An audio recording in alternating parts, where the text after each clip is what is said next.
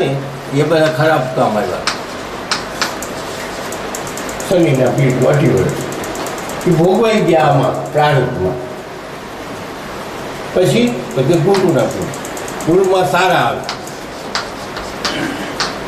પછી આ ખરાબ આવે, પછી પાછા સારા આવે.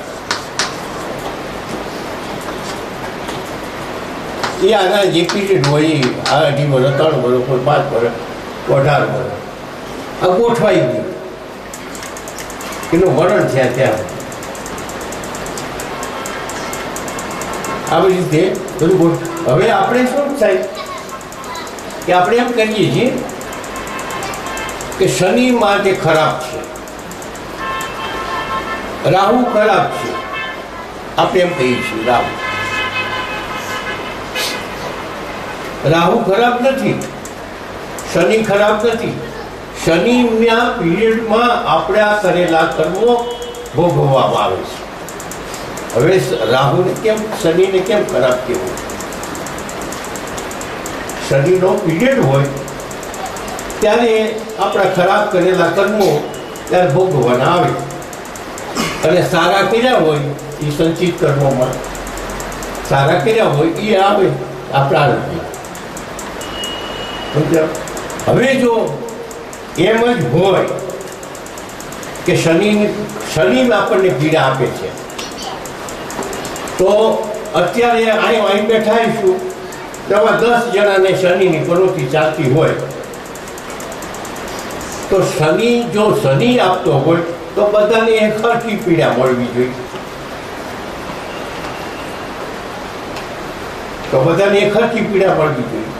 પણ શનિના પીરિયડમાં કેટલાય શનિના પીરિયડમાં છે તો બધાને એક સરખી નથી મળતી. કોઈને હાવ સામાન્ય ભોગવતો હોય, કોઈ તો હાવ આઘાત કરે એવી પરિસ્થિતિમાં હોય, કોઈ વળી મધ્યમ પ્રકારનો હોય. તો એના કારણ એ છે કે પોતાના જ કરેલા આવે છે. શનિ કાંઈ કરતો નથી, શુક્ર કાંઈ કરતો નથી, આ ગ્રહો કાંઈ કરતા નથી, પણ ગ્રહોના પીરિયડમાં આપણા સંચિત કર્મો વહેંચાઈ જાય છે. એટલે હવે આ જે છે એ પ્રારબ્ધમાં આવ્યું. પ્રારબ્ધ એટલે વર્તમાન કાળ, આ વર્તમાન શરીરે અત્યારે આપણે જે ભોગવતા હોય એ પ્રારબ્ધ. પણ પ્રારબ્ધ હોય ત્યારે આપણે આ સંચિત કર્મો ભોગવતા હોય, પણ એની હારોહાર બીજું હોત છે. એક સંચિત કર્મ હોય અને એક અત્યારે અહીંથી 2 કર્મો ભોગવી, એક સંચિત કર્મ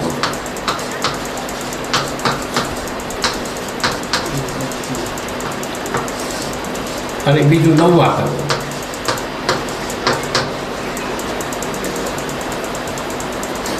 આ અવસ્થામાં 2 કર્મો ભોગવતા હોય. એક સંચિત કર્મ કે પેલામાંથી આવ્યા અને પાછા નવા કરી, નવા તો થતા જ હોય. સમજાય જાય છે? તો નવા જો થાય એ નવામાં જો ધ્યાન રાખીએ તો આપણે કર્મયોગમાં જોઈએ છીએ. પેલા તો ભોગવા જે પ્રારંભ છે તો ભોગવા પર છૂટતો જાય, પણ નવા કર્મ વખતે જો જાગૃત રહી આપણે કે નવા પાછા એવા ન થવા જોઈએ કે સંચિતમાં જાય, અહીંથી પાછા જાય. કારણ કે આ 2 છે ને આ વર્તમાનમાં થઈ જાય. ક્રિયામાન એટલે વર્તમાનમાં થયેલા કર્મો.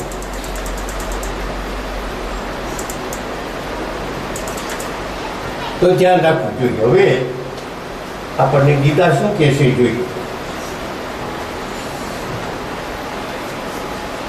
આ તો સમજાઈ ગયું ને?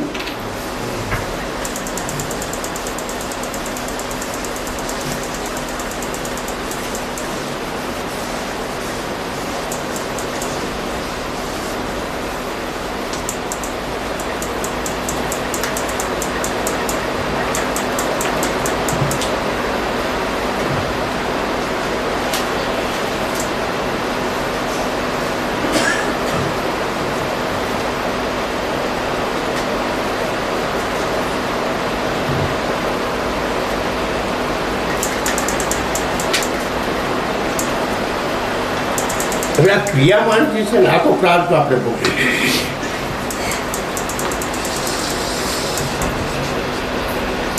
આ બે પ્રકારના કર્મો થાય.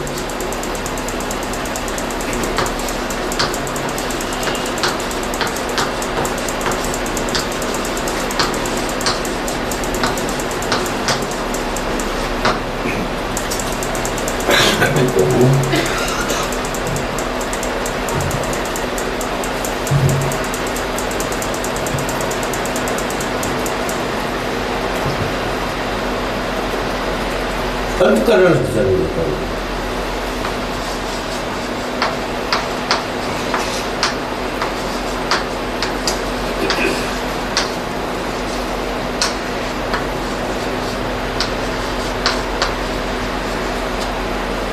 ક્રિયામાન બે પ્રકારથી થાય. એક પ્રકૃતિજન્ય અને એક અંતકરણજન્ય. અંતકરણ એટલે અહંકાર. અંતકરણમાં અહંકાર આવ્યો અને અહંકારથી થાય કર્મ અને પ્રકૃતિથી થાય કર્મ. પ્રકૃતિથી થાય એ માપ. શરીરની અંદર બે તત્વ કામ કરે છે. શરીરની અંદર આપણને બે તત્વ, બે સત્તા, બે મહાસત્તા કામ કરે છે. એક પરમાત્મા અને એક જીવાત્મા. જીવાત્મા જે છે એ આ બહારના કામ કરે અને પરમાત્મા શરીરની અંદરનું કામ કરે. દાખલા તરીકે શ્વાસોશ્વાસ તો એ પરમાત્મા કરાવે છે. હૃદયના ધબકારા તો એ પરમાત્મા કરાવે છે. આંખું પટપટાવી છે, આપણે આંખ પટપટાવી છે, એ એક કર્મ છે. આપણે શ્વાસ લઈ છીએ એ એક કર્મ છે. આપણે ઉધરસ ખાધી એ કર્મ છે. આપણે છીક આવી એ કર્મ છે. કાંઈ પણ હલનચલન થાય એ કર્મ થઈ ગયું. તો હવે છીક આવે એનું પાપ ન લાગે, ઉધરસ આવે એનું પાપ ન લાગે, આંખ પટપટાવી એનું પાપ ન લાગે. એ કર્મ તો છે. કારણ કે આંખ પટપટાવે છે, છીક આવે છે, એ તો શરીરના સ્વાસ્થ્ય માટે પરમાત્મા કરી છે કામ. આંખ આપણે પટપટાવી છે એમ કોઈ એમ કે મારો અહંકાર આંખને પટપટાવે છે. છીક આવી ગઈ ઓછીતાની તો એ આપણે આપણો અહંકાર છીક લાવે કે ભાઈ આ નાકની અંદર કોઈ ખરાબ હવા આવી અથવા તો એની અંદર શરદીનો થયું તો એનો નિકાલ માટે થઈને અંદરથી પરમાત્મા છીક લવડાવે છે. ઉધરસ આવે છે, રોગ પણ હોઈ શકે, પણ ઉધરસ આવે, ઉધરસ પોતે નથી ખાતો, અહંકાર ખવડાવતો નથી. ઉધરસ થાય તો અહંકાર નથી ખવડાવતો, પણ એ બધી શરીરની અંદરની જે સ્વાસ્થ્ય માટે થઈને જે કંઈ ક્રિયાઓ થાય છે એ બધી પરમાત્માની સત્તાથી થાય છે.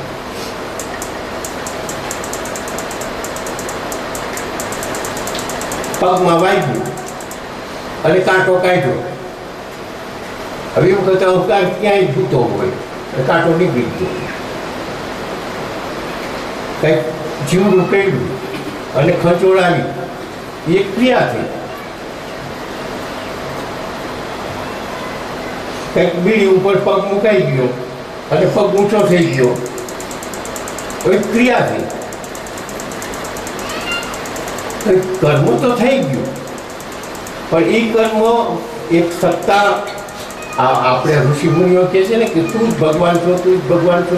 આપણા શરીરનું આખું સંચાલન એ કરી રહ્યો છે, તો આપણે સમજતા નથી. અને એમ કેવું એ બધું હું કરું.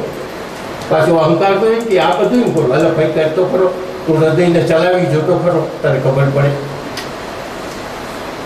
તો અનાજનું રૂપાંતર કરી જો, અનાજમાંથી રોય બનાવી જો. અહંકારને આપણે કહી તો બહાર બની શકશે? કારણ કે અહંકાર તો બહાર જ કામ કરી શકે.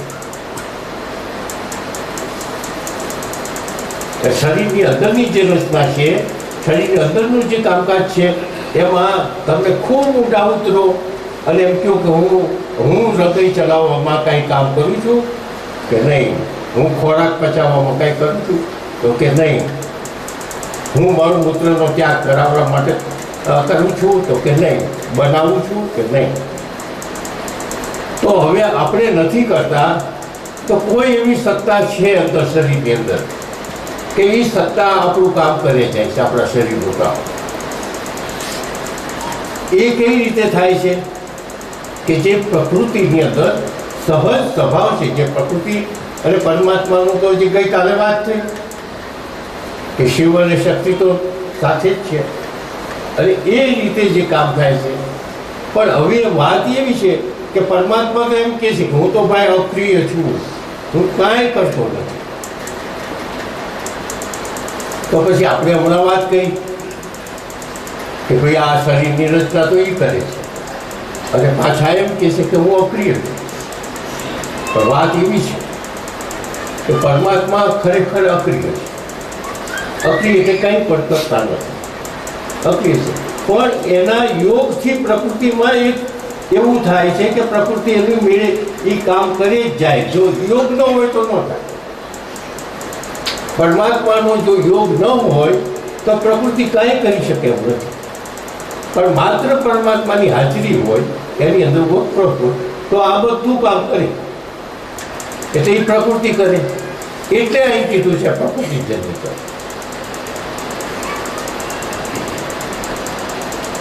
હવે સમજાઈ ગયું કે જે અહીં કીધું છે પ્રકૃતિજન્ય કર્મ એ પ્રકૃતિજન્ય કર્મ છે.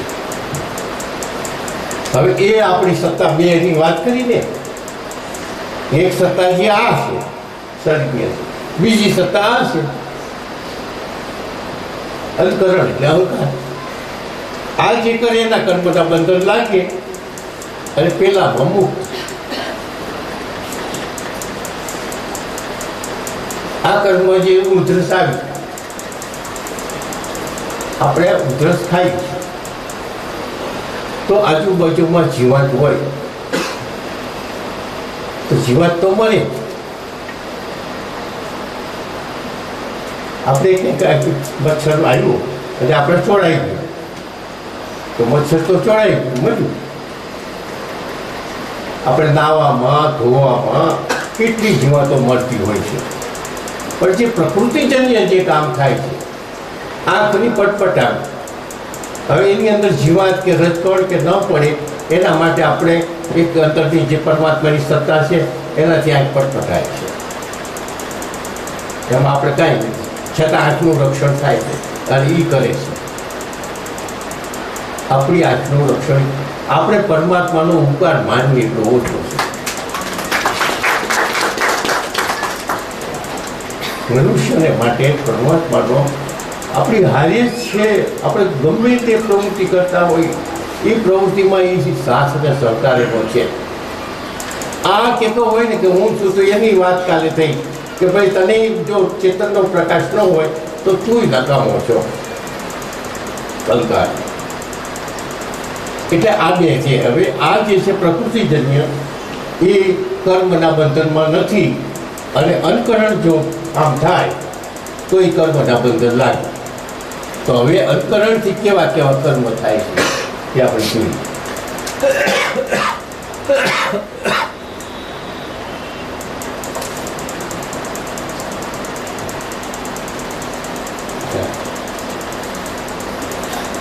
અંતકરણથી બે કર્મ કરે છે મનુષ્ય, સામાન્ય મનુષ્ય.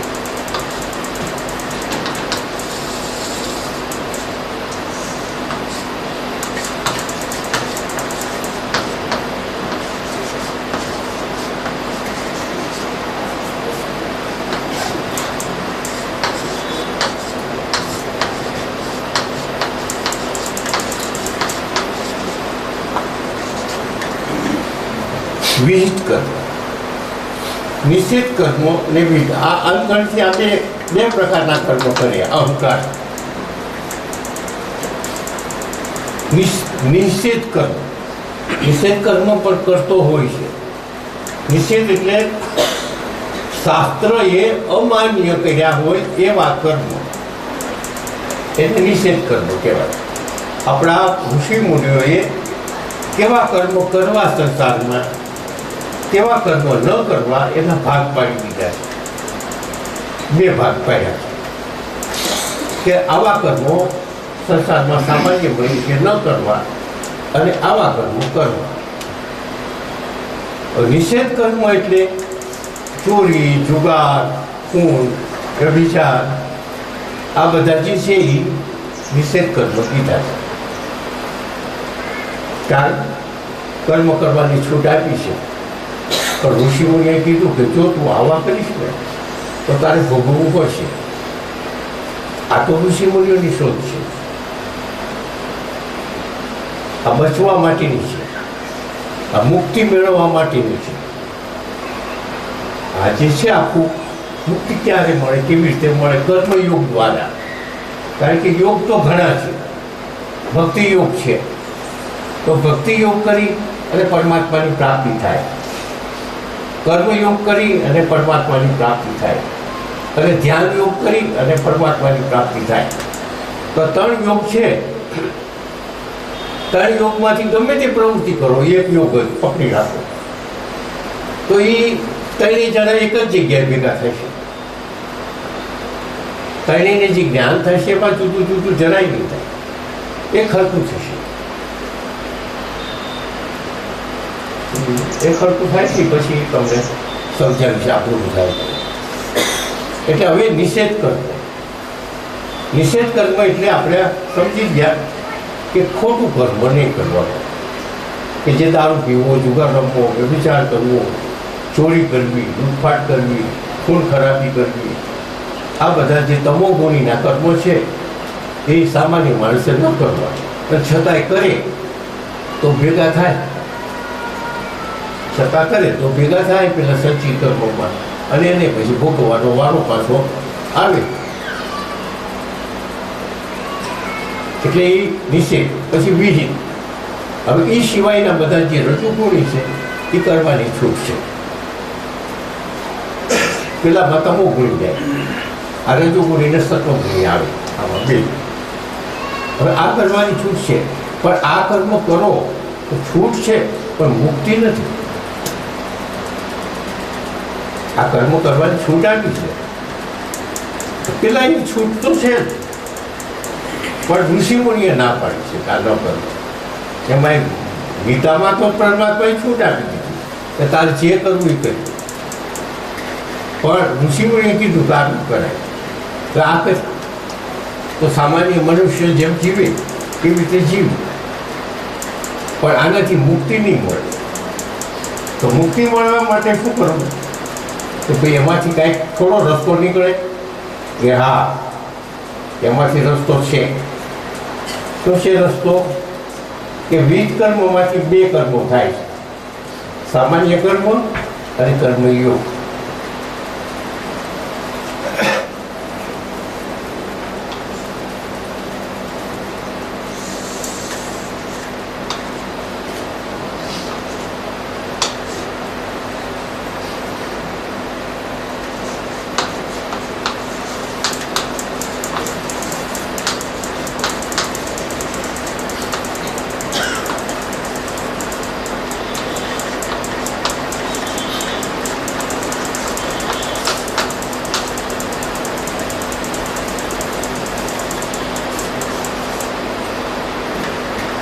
આ વિવિધ કર્મની જે રજા આપી છે એ 2 પ્રકારે થાય. એક સામાન્ય કર્મ અને કર્મયોગ.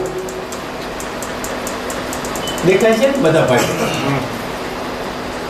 સામાન્ય કર્મ એટલે અત્યારે જે કરીએ છીએ એમાં બીજું કાંઈ નહીં, પણ એ જ કર્મ જો કર્મયોગમાં ફરી જાય, આ જ કર્મ જે છે એ કર્મયોગમાં ફરી જાય. કર્મ તમે એક સરખા જ કરો, પણ આ કર્મયોગમાં ફરી જાય. તો કર્મયોગમાં ફેરવવા માટે શું કરવું?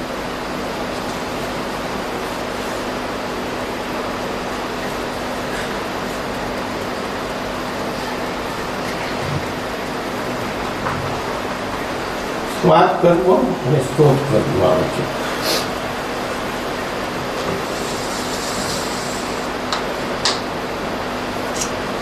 આ કર્મયુગ આવ્યો, આપણે નથી કરવું એમ સમજીએ.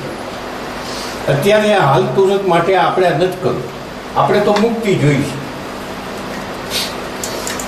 આની વારો આવશે પછી, પણ અત્યારે આને લઈએ આપણે કે આના બે ભાગ પડે છે. બે ભાગ પડે છે ને, એક સ્માર્ટ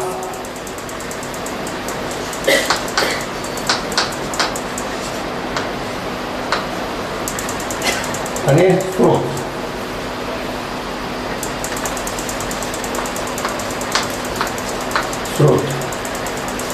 આ કર્મયોગમાંથી બે ભાગ થયા. સ્વાદ કર્મ, આમાંથી મુક્તિ મળે, આમાંથી મુક્તિ મળે, બેમાંથી મુક્તિ મળે. પણ બરાબર ધ્યાન રાખીએ તો હવે સ્માર્ટ અને સ્માર્ટ કર્મ જે છે એટલે શું? અત્યારે તો સ્માર્ટ કર્મ રહ્યું જ નથી. અત્યારે આ સમયમાં સ્વાદ કર્મ રહ્યું જ નથી. એ સ્વાદ કર્મ તો આપણા ઋષિમુનિએ તો આખી જુદી વાત કરી, અને એ અત્યારે હવે થઈ શકે એમ નથી.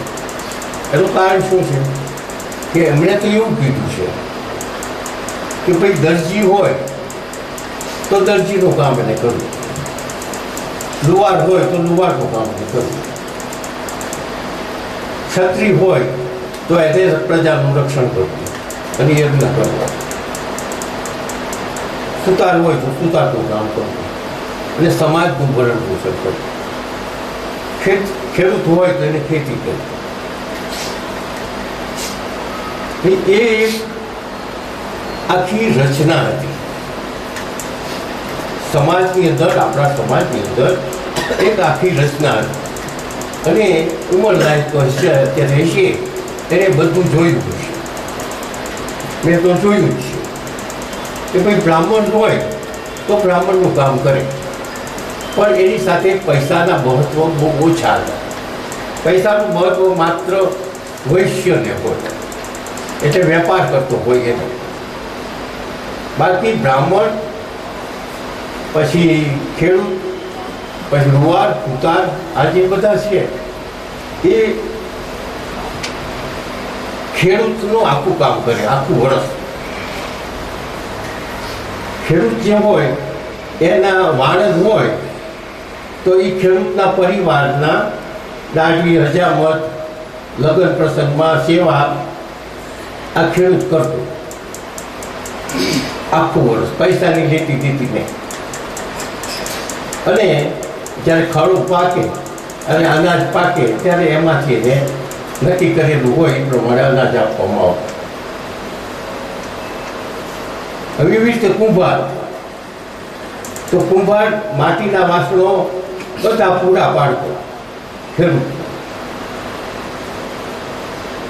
અને એને બદલીમાં એને અનાજ આપવામાં આવતું. કુંભાર પછી લુહાર, તો એને હાથીડાને લગતા જે કંઈક કામકાજ હોય અથવા બીજા કંઈક કામકાજ હોય તો લુહાર કામ કરતો, પણ આખું વર્ષ પૈસા નહીં. અને છેલ્લે આપતા પછી સુતાર, લુહાર, દરજી અને બ્રાહ્મણ. બ્રાહ્મણ પણ કર્મકાંડ કરતા એને નહીં. હવે ખેડૂત એક મેઇન હતો, મુખ્ય હતો. અને ખેડૂત માથે ચાર સમાજ, ત્રણ સમાજ દબતા. એક ખેડૂત ઉપર રાજા દબતો, વૈશ્ય દબતો અને શૂદ્ર દબતો. એક જ ખેડૂત. અને એ બધા કામ થઈ જાય, એક વર્ષ પૂરું થાય એટલે એ ખેડૂત એને બધું પહેલો તો રાજભાગ આવે. એટલે રાજભાગ આવે એટલે રાજા એ ખેતીમાંથી જેટલો ભાગ એનો હોય એટલો લઈ લે. પછી તરત જ પછી સુતાર આવે, લુહાર આવે, દરજી આવે, વાણંદ આવે, બ્રાહ્મણ આવે, બધા આવી જાય. અને છેલ્લે પછી તરગાળા આવે, પછી બધા માગણ ભીખણ આવે. વાહે વધે ને 10મો ભાગ વધે ખેડૂત પાસે. આખું વર્ષ ખેતી કરી પણ તોય ખેડૂત સુખી હતા. સુખી એટલે પૈસે ટકે નહીં, પૈસા ટકે નહીં પણ અંદર. તો એ જે છે એ આ સ્માર્ટ કર્મ કીધું બહુ ભાર મૂક્યો છે. લોકમાન્ય તિલકે કીધું કે આ દશા બગડી ગઈ છે. એ આ બધા એક કરી નાખ્યું છે. અત્યારે બધા વર્ણ ભેગા કરી નાખ્યા છે. એ લોકમાન્ય તિલકને માન્ય નહોતું, આપણા ઋષિ માન્ય નહોતું. એ દરેક પોતપોતાનું કર્મ કરે. હવે એમાં શું છે, પૈસાનો વ્યવહાર નો. અને આ લોકો જે અનાજ લઈ જાય, દરજી લઈ જાય, કુતાર લઈ જાય, બ્રાહ્મણ લઈ જાય, એ બધા અનાજ લઈ જાય, એમાંથી એના ઘરમાં વાપરવા પૂરતું અનાજ રાખે અને બાકીનું વેપારીને દે. એમાંથી તેલ, મીઠું, મરચું, સાબુ લેતા વેપારી એને અનાજ દે. અનાજ સામે વસ્તુ મળશે. હવે પૈસાની ક્યાં જરૂર પડી? અને ઘણાને આમાંથી અનુભવ છે. અનાજ આવે એટલે પેલો ખેડૂત વેપારી એમ કે આ આટલા પૈસાનું અનાજ શું તારું? ઘઉં હોય, જુવાર હોય કે બાજરી હોય, આમાંથી તારે સામે શું જોઈ છે? એટલે શીશો લઈ ગયો હોય તેલનો. પછી કે આટલી ખાંડ આપો, આટલું તેલ ભરી ગયો, આ મીઠું મળતું કે ડુંગળી ગયું, એટલે એટલા અનાજમાંથી પાછું દે. આ રીતે ચાલતું. એવા હવે દરેક પોતપોતાના કર્મ કરતા એક આખી ચારેય સમાજની એક ગોઠવણ થઈ ગયેલી હતી. અને એ ચારેય સમાજની એવી ગોઠવણ હતી કે એકબીજાના પૂરક હતા. કોઈ પણ ઝઘડો નહીં, કોઈ ટટ્ટો નહીં, ક્યાંય બીજું નહીં, ઈર્ષા નહીં. અને દરેક વર્ણના શૂદ્ર હતા, એ ચારે વર્ણની સેવા કરતા. એમાં એને એનું મળી રહેતું. એટલે ચારેય વર્ણ પૈસાની લેતી દેતી વગર બહુ સરસ રીતે ચાલતું હતું એનું. એ વર્ણ અત્યારે ભાગી ગયું છે. એટલે અહીં જે કે છે સ્માર્ટ કર્મ, એ સ્માર્ટ કર્મ એટલે જો એમાં જો કરતા ભાવ ન હોય અને આવી રીતે હોય તો બહુ સુખી રીતે જીવી શકે. પણ એમાં આ એક સ્ત્રોત કર્મ એટલે યજ્ઞ યાગ કરવા. યજ્ઞ યાગ કરવા એટલે દાખલા તરીકે વરસાદ નથી આવતો. આ તો હવે વાત છે 200 વર્ષ પહેલાની વાત છે. આ કર્મયોગના સિદ્ધાંતો છે 200 વર્ષ પહેલાના છે. કે યજ્ઞ નથી આવતો, વરસાદ નથી પડતો, તો રાજા અગ્રગણ્ય ખેડૂતોને, વેપારીને એમાંથી એક મોટા હોય એને બોલાવે કે આટલા વર્ષથી યજ્ઞ નથી, આ આખા વર્ષમાં વરસાદ નથી પડ્યો અને દુષ્કાળ થાય.